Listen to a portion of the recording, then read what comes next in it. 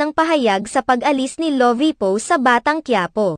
Marami ang naglabasang speculations sa social media matapos ang biglaang pagkatsugi o pagkatanggal ng karakter ni Lovie Poe sa teleseryeng Ang Batang Quiapo.